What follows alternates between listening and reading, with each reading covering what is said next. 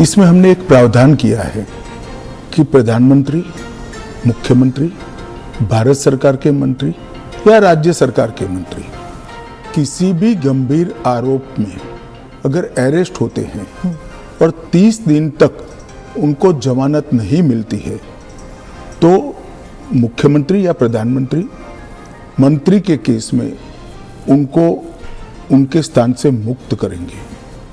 अगर वो नहीं करते हैं तो अपने आप कानूनन वो मुक्त हो जाएंगे। ये प्रावधान 130वें संवैधानिक संशोधन में हमने किया है। अब सबसे पहले मैं स्पष्ट कर देता हूं,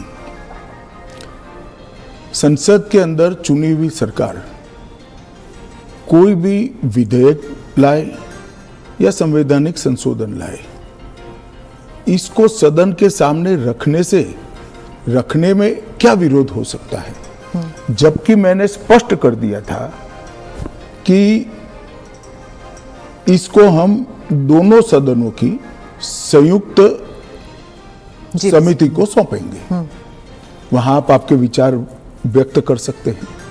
और दूसरा, जब इस पर मतदान हो तब आप आपका मत व्यक्त कर सकते हो, क्योंकि ये संवैधानिक संशोधन है तो 2/3 बहुमत चाहिए दोनों सदनों में, जो आपके पास नहीं है या नहीं है वो तो उस वक्त सिद्ध होगा।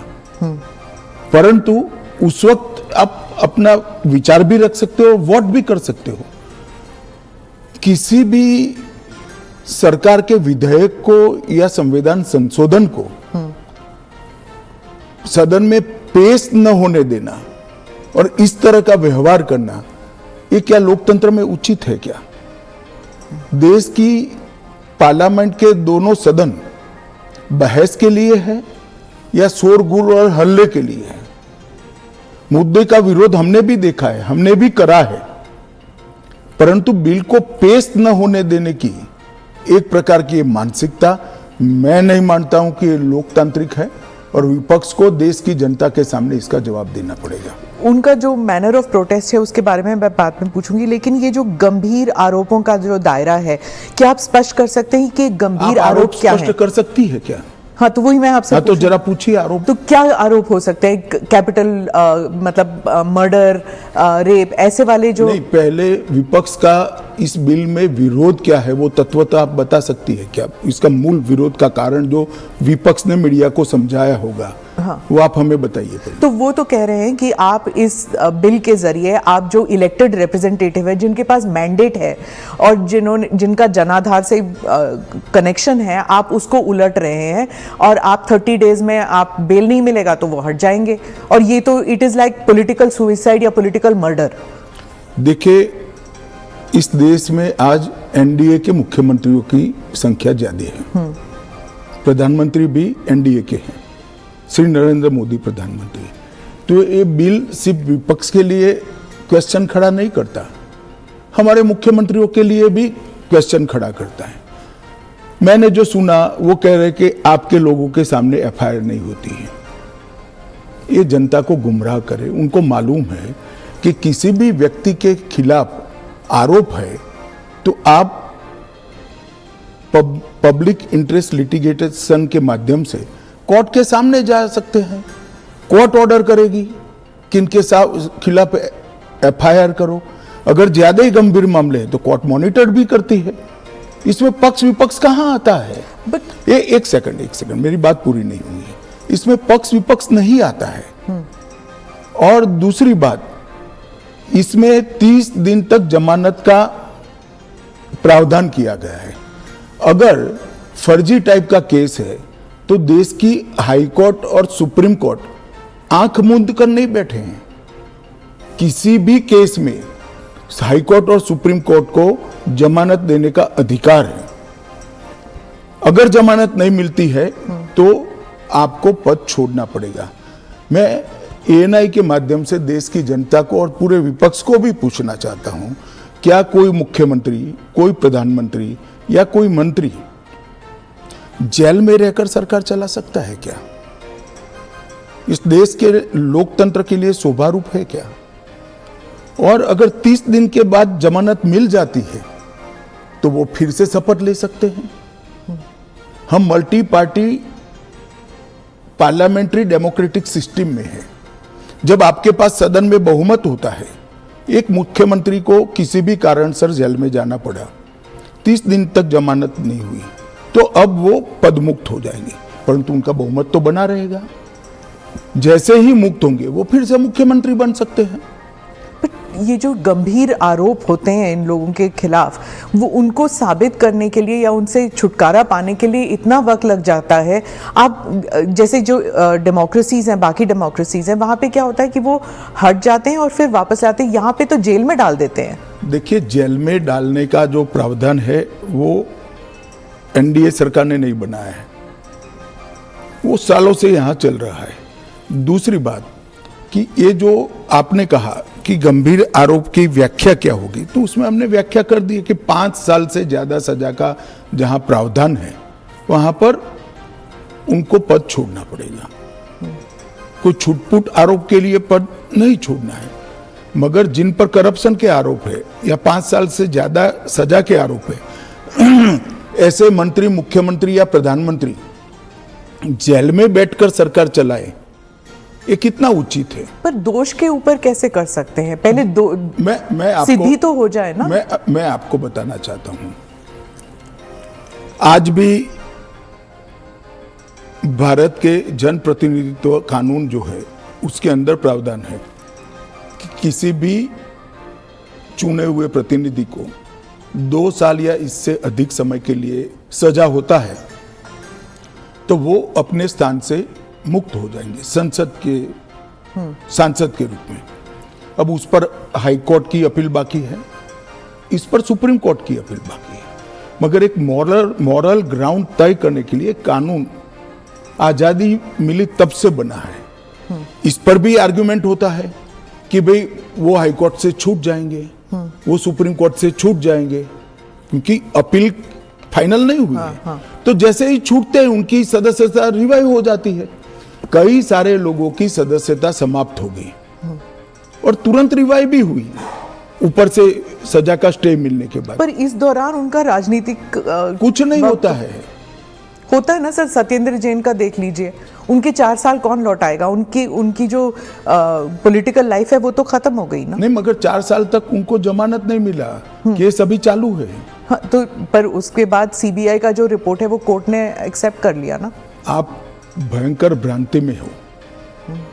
जिस एफआईआर में वो 4 साल जेल में रहे, वो एफआईआर में क्लोजर रिपोर्ट नहीं भरी गई है। क्लोजर रिपोर्ट 2022 के केस में भरी गई है। जिन 4 केसों में वो जेल में गए थे और लंबे समय तक रहे, वो 4 केसों में सीबीआई ने चार्जशीट किया है और वो ट्रायल फेस कर रहे हैं। मगर आप पार्टी के प्रोपेगेंडा का आप शिकार हो। सत्येंद्र जैन जी को जिस केसों में लंबा समय जेल में रहना पड़ा, वो सारे के सारे केसों में चार्जशीट हुआ है और वो ट्रायल फेस कर रहे हैं। और अरविंद केजरीवाल जो थे, उनका भी ऐसे ही हुआ था, बेल मिला और फिर उसके बाद वो वापस आ गए। क्या यही होने वाला है हर नॉन बीजेपी चीफ मिनिस्टर के साथ? तो आप मुझे एक बात का सवाल जवाब दीजिए। नॉन बीजेपी बीजेपी छोड़ दीजिए, दोनों के लिए समान कानून है, परंतु किसी ने भी जेल से सरकार चलानी चाहिए क्या? आजादी से अब तक कई सारे नेता जेल में गए, कई सारे मुख्यमंत्री भी गए, मंत्री भी गए, और सबने इस्तीफा देकर जेल में गए। अभी अभी एक ट्रेंड शुरू हुआ कि जेल में जाने के बाद भी इस्तीफा नहीं देना। ढेर सारे ऐसे लोग हैं जिन्होंने इस्तीफा दिया। तमिलनाडु के कुछ मंत्रियों ने नहीं दिया, दिल्ली के मंत्री और मुख्यमंत्री ने नहीं दिया, और सरकार के सचिव, डीजीपी, मुख्य सचिव इनके पास आदेश लेने के लिए जेल में जाएंगे। ये क्या हमारे लोकतंत्र को दुनिया में सम्मान दिलाएगा क्या? ये मुद्दे पर चिंता, चर्चा होनी चाहिए, नहीं होनी चाहिए। और मैं आज जो कांग्रेस पार्टी इसका मुखर कर विरोध कर रही है, वो कांग्रेस पार्टी के एक स्टैंड को ही मैं कह रहा हूं। जब यूपीए की सरकार थी, श्री मनमोहन सिंह जी इनके प्रधानमंत्री थे और लालू प्रसाद यादव जी इनके मिनिस्टर थे। लालू प्रसाद जी को सजा हो गई। मनमोहन सरकार एक ऑर्डिनेंस लेकर आई कि 2 साल की सजा हो तो भी अपील का स्टेज बाकी है तो उनकी सदस्यता नहीं जाती है। यही मॉरल ग्राउंड था जो आप कोट कर रही हैं। तो एक ऑर्डिनेंस लेकर आए कि हम इसको बदल दे रहे हैं। ऑर्डिनेंस से बदलने का कैबिनेट ने प्रस्ताव भी किया। यही श्री राहुल गांधी इसको कंप्लीट नॉनसेंस कहकर सार्वजनिक रूप से प्रेस कॉन्फ्रेंस में फाड़े थे ऑर्डिनेंस को। और देश की कैबिनेट ने और देश के प्रधानमंत्री ने जो फैसला लिया था, उनकी पार्टी के ही प्रधानमंत्री ने जो फैसला लिया था, उसका मॉरल ग्राउंड पर उन्होंने मखौल उड़ाया था।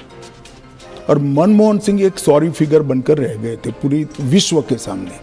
आज वही राहुल गांधी बिहार में सरकार बनाने के लिए सजा हो गई, वो लालू प्रसाद जी को गले मिल रहे हैं। ये ड्यूअल स्टैंडर्ड नहीं है क्या? ये शोभा देता है क्या?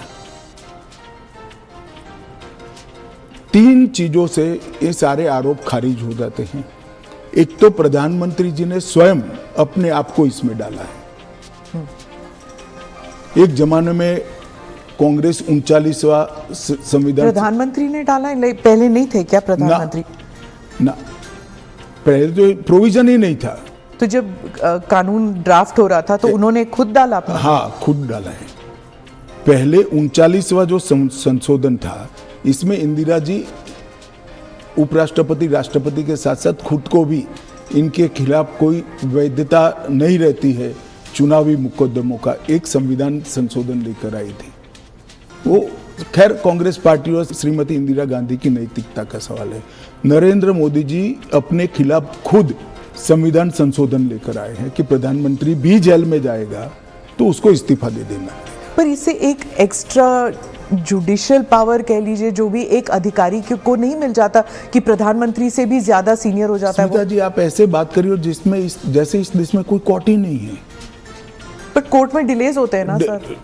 ये कानून आने के बाद नहीं होंगे, क्योंकि कोर्ट को तुरंत इंटरवीन करना पड़ेगा। किसी चुने हुए प्रतिनिधि को खारिज करने का प्रावधान हुआ है।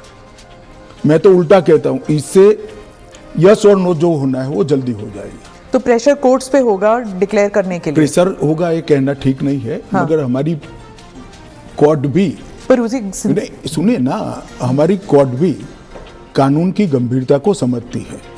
जब 30 दिन के बाद पद छोड़ना है तो वो उसके पहले इसका फैसला करेगी कि बेल मिलना चाहिए या नहीं मिलना चाहिए। हाई कोर्ट में जब केस गया कि श्री केजरीवाल जेल में है, तब उनको वहां से इस्तीफा देने थे। एक पब्लिक इंटरेस्ट लिटिगेशन फाइल हुआ। हाईकोर्ट ने कहा कि हम सैद्धांतिक रूप से मानते हैं कि इनको छोड़ देना चाहिए मॉरल ग्राउंड पर, परंतु अभी के कानून में कोई प्रावधान नहीं है। चलिए, अब कानून में प्रावधान हो गया। मेरा बहुत स्पष्ट मानना है, मेरी पार्टी का मानना है, देश के प्रधानमंत्री का मानना है कि इस देश में कोई भी मुख्यमंत्री हो, मंत्री हो या प्रधानमंत्री हो, जेल में रहकर सरकार नहीं चला सकते। पहले भी कई लोगों ने मॉरल ग्राउंड पर इस्तीफा दिया है। लाल कृष्ण आडवाणी जी ने दिया था, येदुरप्पा जी ने दिया था, ईश्वरप्पा जी ने दिया था, जॉर्ज फर्नांडिस जी ने दिया था। कई सारे लोगों ने मॉरल ग्राउंड पर इस्तीफे दिए। कोई जेल में जाकर सरकार नहीं चलाई। इवन हेमंत सोरेन ने दिया था रिसेंट पास्ट में। जब वो छूट कर आए तो फिर से मुख्यमंत्री बन गए।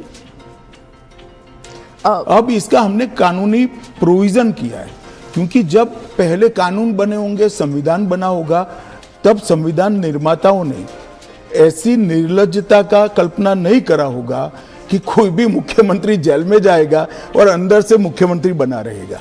खैर, अब ऐसी घटनाएं हुई है रिसेंट पास्ट में, तो हमें हमारी नैतिक मूल्यों के स्तर को गिरने नहीं देना चाहिए। एक कानून नैतिक स्तर के मूल्यों को एक आधार देगा और इससे हमारा लोकतंत्र निश्चित रूप से मजबूत होगा। गृहमंत्री जी, विपक्ष कह रहा है कि सरकार जो है वो इस तरह के जो सिचुएशन बनाएगी या फिर कोर्ट पर दबाव डालेगी कि 30 दिन में जमानत नहीं मिलेगा। अगर 30 दिन में जमानत नहीं मिल जाता तो फिर the entire thing falls through. देखिए, ये उनका पद से चिपक रहने के लिए एक अलग प्रकार से बनाया हुआ खूबसूरत आर्ग्यूमेंट है। मैं मानता हूं हमारी कोर्ट्स संवेदनशील है और जब किसी का पद जाता है तो निश्चित रूप से कोर्ट समय मर्यादा में उनकी जमानत के फैसले करेंगे, जो भी होगा। मैं विपक्ष के लिए नहीं लिखा, पक्ष विपक्ष जो भी होगा, इसकी जमानत के फैसले तुरंत ही करने की पद्धति भी डेवलप होगी, ऐसा मेरा स्पष्ट मानना है। वो तो कहते हैं कि पॉलिटिक्स ऑफ वेंडेटा होगा, क्योंकि जो इन्वेस्टिगेटिंग ऑफिसर है, जो पुलिसिंग है, वो सब सेंट्रल के कमांड में आ जाता है। पूरी चीज में से आपकी सरकार है तो फिर पूरी चीज में से कोर्ट को बाहर ही रख रही है।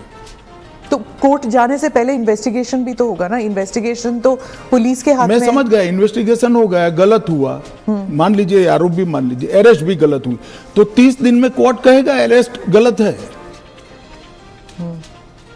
और वेंडेटा की बात कांग्रेस पार्टी कर रही है, इनको शोभा नहीं देता जी।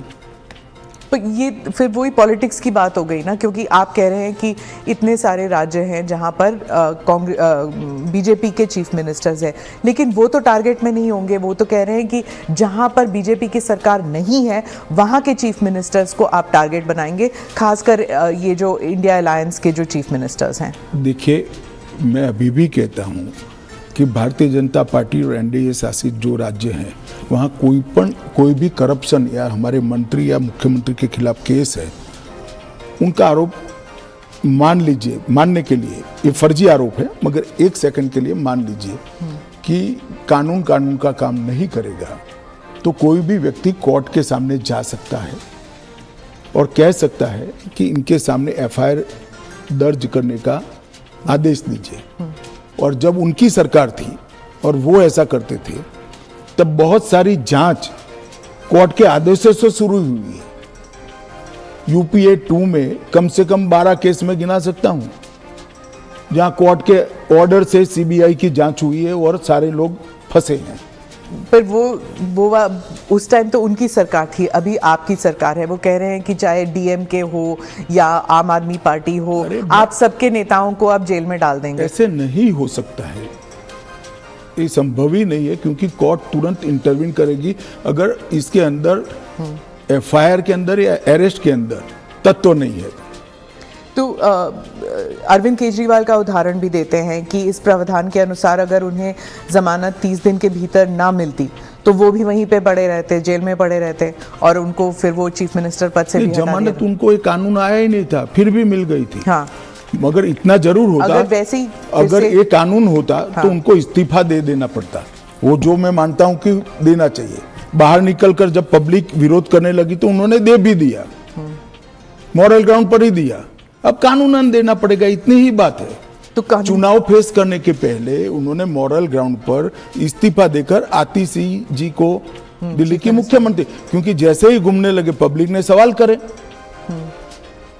आपने कहा कि आप जीपीसी में भेजने वाले हैं, लेकिन ऑपोजिशन जो कह रहे हैं, जैसे टीएमसी जो फोर फ्रंट पे है ऑपोजिशन में, इसमें इस मामले में वो कह रहे हैं कि वो जेपीसी का हिस्सा बनेंगे ही नहीं, वो बॉयकॉट कर देंगे। फिर क्या होगा? नहीं, क्या होगा तो हम क्या कर सकते हैं? तो फिर आप वो कानून ले आएंगे फिर? तो उनको कौन ना बोल रहा है कि आप मत बनिए, क्योंकि हम कह ही रहे हैं कि आप बनिए।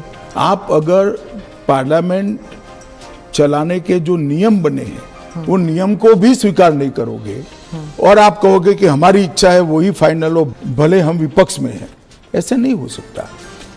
सरकार उनको मौका दे सकती है, अगर वो मौके का स्वीकार नहीं करते हैं तो हम क्या कर सकते हैं? हम तो रिसीविंग एंड पर हैं, क्योंकि वो रिसीविंग एंड पे हैं आप। निश्चित रूप से अगर जेपीसी बनाने का निर्णय होने के बाद भी वो जेपीसी का बहिष्कार करते हैं तो सरकार के पास विकल्प क्या? वो कह रहे हैं कि आप सिर्फ उनका स्टैंप चाहते हैं, ये तो संविधान की हत्या है। ये ऐसा नहीं है। जेपीसी में अनेक साक्ष्य बुलाए जाते हैं, सार्वजनिक जीवन के भी बुलाए जाएंगे। आप एप्लीकेशन करोगी तो आपको भी बुलाएंगे, आपका रिकॉर्ड होता है और वो सारे दलीलों का, साक्ष्यों के दलील का काट कर रिपोर्ट तैयार होता है और वो रिपोर्ट के आधार पर बिल को बदला जाता है। तो पूरी पार्लियामेंट की संवैधानिक प्रक्रिया को ही सिरे से खारिज कर दें।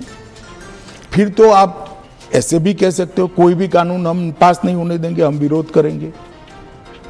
कि महत्वपूर्ण बिल है, सभी पार्टियों के सदस्यों की राय पार्टी से कंसल्ट कर कर एक कंसीडर्ड राय जेपीसी के सामने आनी चाहिए। और अगर जेपीसी नहीं आता, अगर वो बहिष्कार करते हैं, तब क्या होगा? तो कुछ नहीं होगा, जेपीसी अपना काम करेगी।